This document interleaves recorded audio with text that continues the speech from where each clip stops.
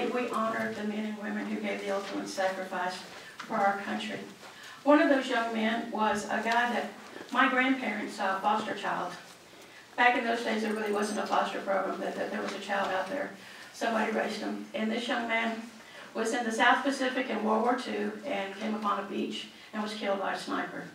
So all of our wonderful freedom is very precious to me because I know firsthand what that means.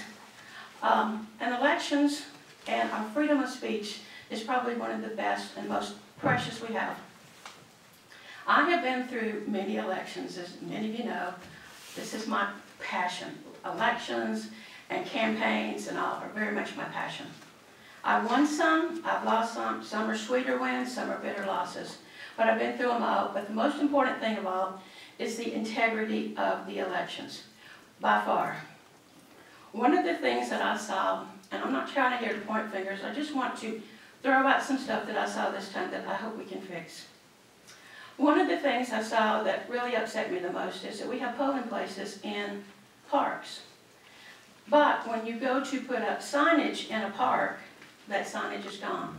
I personally put up several state candidates in Mount Tabor, and when I went back the next day for the elections, they were all gone. I was present at Taylor Farm Park when the marshals came and told everyone they had to get out of the park.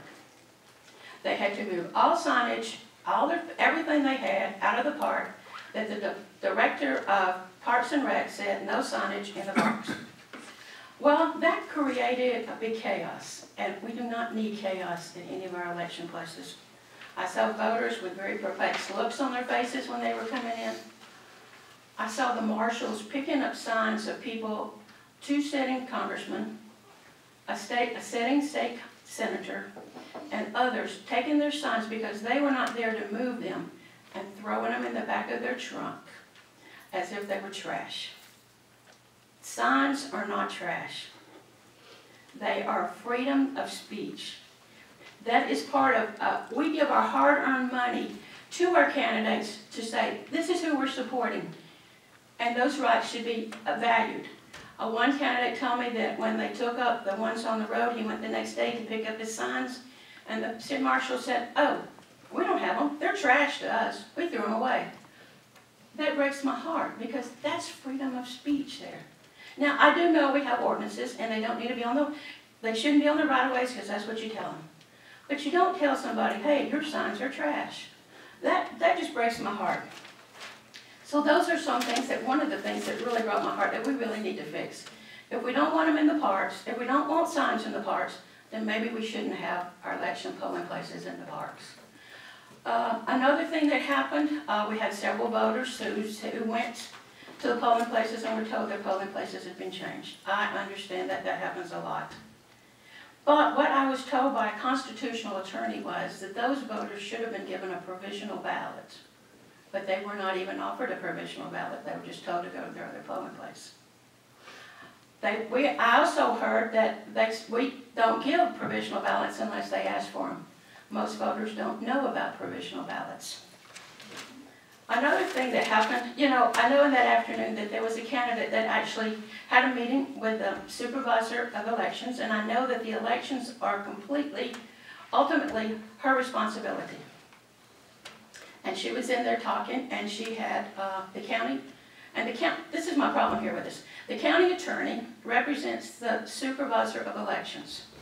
Well, if, for instance, the supervisor of elections has a problem, say, we'll just go back to what I said earlier, the marshals, then isn't that a conflict of interest when the county attorney is representing the marshals, but he's also representing the supervisor of elections? I do believe that is something that maybe on those times that the supervisor of elections should have, and this is no dig on Jason or anybody else. This is just trying to make sure that there's no questions out there, because that's my whole thing. I want Paulding County to be the shining star out there. I want people to look at Paulding County and say, hey, this is what you do elections. But instead, we have people calling up the Secretary of State. I don't like that. I love my county, and I hope we can clear up a lot of stuff with all this, but Anyway, thank you for letting me talk, and my prayers are with all of you. Thanks, guys.